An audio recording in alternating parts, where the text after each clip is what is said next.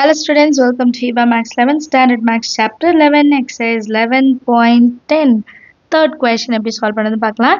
First subdivision 1 by root of 2x whole square minus 1 இதை இப்போ differentiate பண்ண போகிறோம். ஸோ ரூட்டில் இருக்கிறனால லாஸ்ட் ஃபார்ம்லாம் நம்ம யூஸ் பண்ணுறோம்.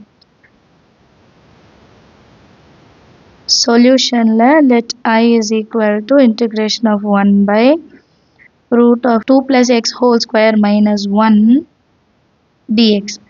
So இது எப்படி மாற்றுறது? x square minus a square. a squareனா 1 வந்து நம்ம 1 squareனு எடுத்துக்கலாம். கரெக்டாக எந்த ஒரு கால்குலேஷன் வேணால் 1 ஸ்கொயர்னு எடுத்துக்கலாம். அப்போ டைரெக்டாக நம்ம ஃபார்முலா எழுதிட்டாலே போதும். dx divided by root of x square minus a square is equal to log modulus x plus root of x square minus a square plus c dx divided by root of 2 plus x whole square minus 1 square is equal to log x இருக்கிற இடத்துல 2 plus x plus root of 2 plus x whole square minus 1 square 1 இல்லையா, அப்புறம் லாஸ்ட்டில் plus சின்னு எழுதிட்டா. Book back மாதிரி மாற்றிக்கலாம். என்னென்னா x plus 2ன்னு வருது, அவ்வளோதான். அது ரெண்டுமே ஒன்று தான். பட் புக் பேக்கில் மாற்றி தந்திருக்காங்க, நீங்கள் சொல்லக்கூடாது இல்லையா. அதனால் I is equal to log x plus 2 plus root of x plus 2 whole square minus 1 plus cன்னு எழுதிட்டா போதும். சரிங்களா, ரெண்டுமே ஒன்று தான், பட் எக்ஸ் ஃப்ரண்ட்டில் எழுதணும். சரியா, அடுத்த கொஸ்டின் பார்க்கலாம். செகண்ட் சப்டிவிஷன் பாருங்கள். 1 by x square minus 4x plus 5. So இது x square plus a square ஃபார்மேட்டில் இல்லை, நம்ம தான் மாற்றணும். சொல்யூஷனில் let I is equal to integration of 1 by root of x square minus 4x plus 5 into dx. கிளியரா? இப்போ இந்த ஃபார்மேட் நம்ம மாற்றலாம். எப்படி மாற்றுவோம்? கம்ப்ளீட்டிங் ஸ்கொயர் மெத்தடில் தான் மாற்றுவோம் இல்லையா. ஸோ இப்போ எக்ஸுக்கு முன்னாடி இருக்கிறது 4, அதோட half whole square plus or minus 2 1s are 2 2s are 2 2s are 4 plus or minus 4 தான் ஆட் பண்ணணும். Therefore I is equal to integration of 1 by x square minus 4x plus 4 minus 4 plus 5 நான் எழுதலை. இது வரைக்கும் ஒரு term, இது ரெண்டும் ஏவோட வேல்யூவை மாறிடும்.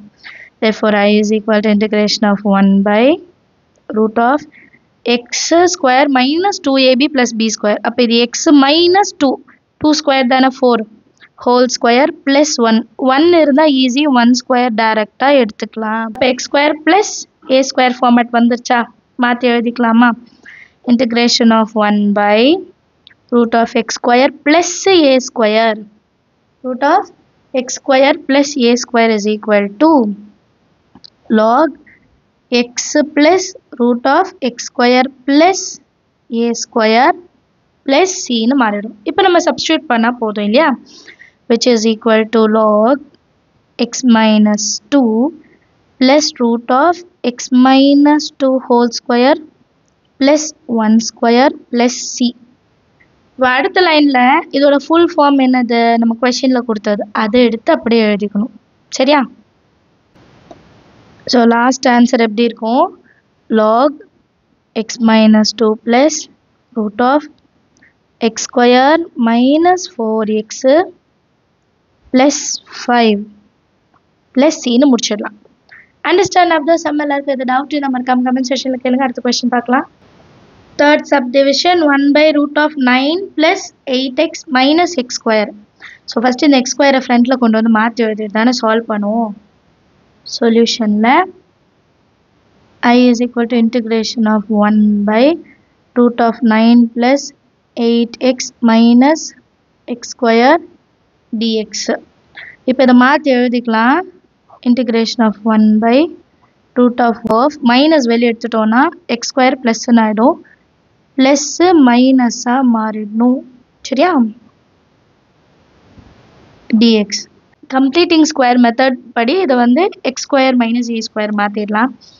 அப்போ 8x, எக்ஸுக்கு முன்னாடி 8 டிவைடட் பை 2 4 அதுக்கு ஸ்கொயர் ப்ளஸ் ஆர் மைனஸ், அப்போ ப்ளஸ் ஆர் மைனஸ் 4 ஸ்கொயர் 16.